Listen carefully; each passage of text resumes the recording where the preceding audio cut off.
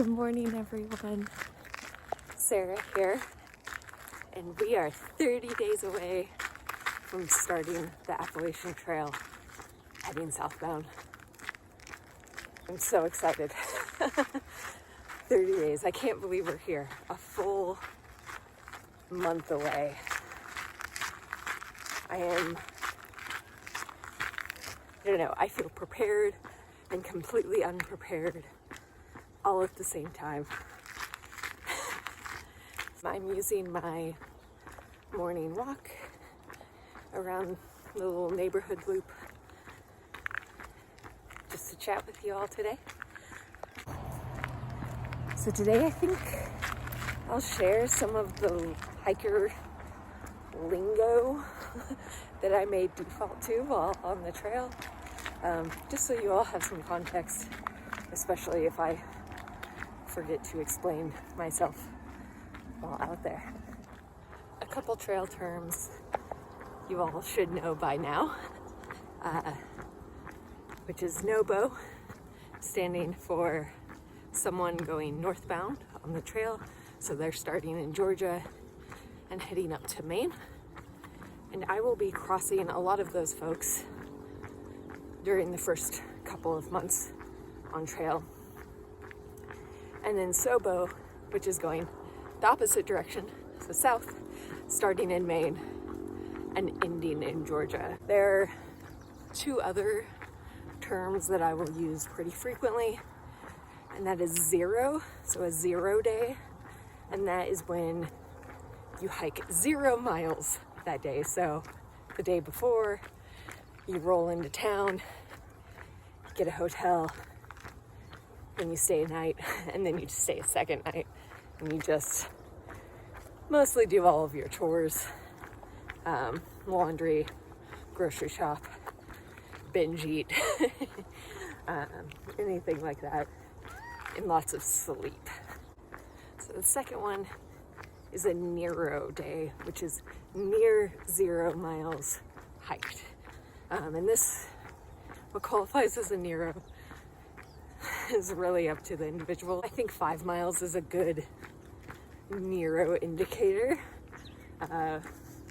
You hike 5 miles into town and then you hang out all day, or maybe you get into town the night before, stay the night, rest up, hang out in town most of the day, and then hike out later, just a few miles.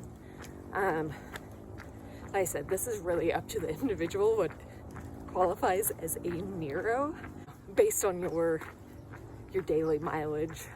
So on the PCT at first it was like, anything under 12 miles I'd call a Nero, and then by the end I was calling 20 miles a day a Nero, which is ridiculous, especially considering that on the AT 20 miles is going to be a long day.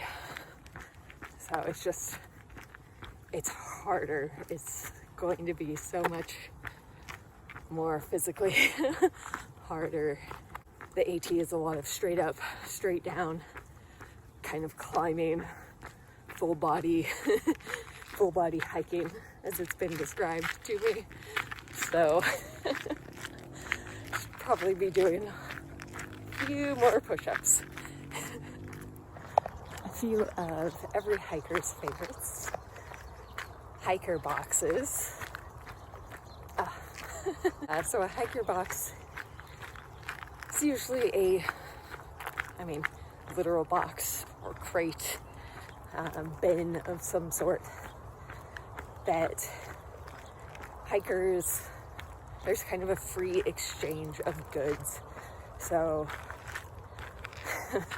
maybe you packed like 20 Cliff Bars, and then by your 10th one you're like, I hate Cliff Bars and I can't physically eat anymore. So you drop off the others into a hiker box, and somebody may come along and need those or really like them and be like, success, free food. Folks drop off what they don't want to carry, and maybe somebody else will find it useful and take it I go and search the hiker box before I do my shopping, also before a shower, because usually people will leave like shampoo, conditioner, if they bought a pack of disposable razors, anything like that might be in the hiker box. And in general, these are at the hostels, a couple of the hiker-friendly hotels, maybe a restaurant, also at individuals' houses, which leads us to trail angels. A trail angel is usually some person that arrives at the right moment, at the right time, in your time of need. So maybe you're having a rough day and you're on a road that normally doesn't see a lot of traffic, and you're just trying to hitch out and somebody stops, and it's amazing. Or they help you out in some way, right? Like freely giving their help to you. The trail angel in town, and it's someone that provides rides, shuttles, so you can call this person, text this person, or you can stay at their house, or maybe ship some of your resupply to their house and you can pick it up there. Something else that trail angels usually provide is trail magic. And this may not necessarily be a trail angel specifically, like they may not be going out there specifically for through hikers, but trail magic is something magical that happens, and usually this comes in the form of food or beverage. So on the PCT, there would be times that there were coolers left out full of food and drinks, which can be questionable, right? Like with leave no trace and people not properly packing out their trash. But it was always nice when you ran across a cooler in the middle of the desert or just in the middle of nowhere and you desperately need that soda. It's just interesting how folks get really excited about what you're doing and share that in different ways. So there will be a lot of references to blazes, and that is referring to the trail markers all along any trail. They're blazes, so they might be an actual like physical marker or a paint mark, something like that, that shows the way for that trail. So there's white blazing, which is the official Appalachian Trail, and that's because there is a painted white strip on trees and rocks and posts to point the direction of where the trail is going. Blazes weren't really referenced too often on the PCT. It's not really part of the West Coast culture, I guess. But yeah, so there's a lot more blazes referred to on the AT. Another popular one that you'll hear is yellow blazing, and that means that someone has hitched around the trail or got a ride and skipped ahead. So you're following the yellow paint marks of the road or the highway. And so you didn't actually hike those miles, you chose to skip around.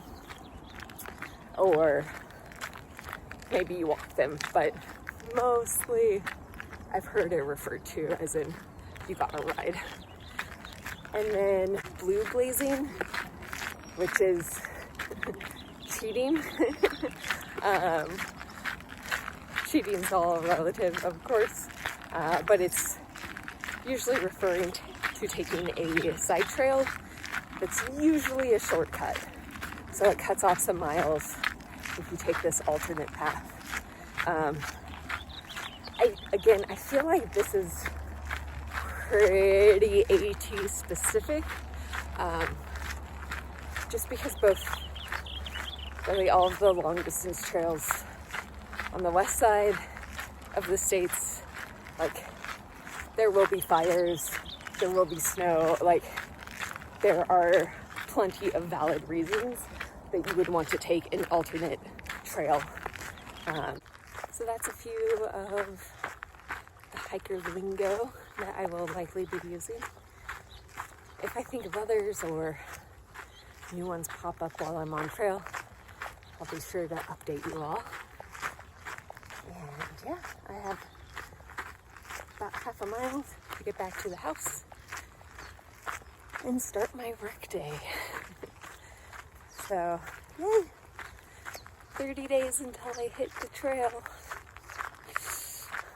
Thank you all again for watching and the words of encouragement. We'll see you in the next video.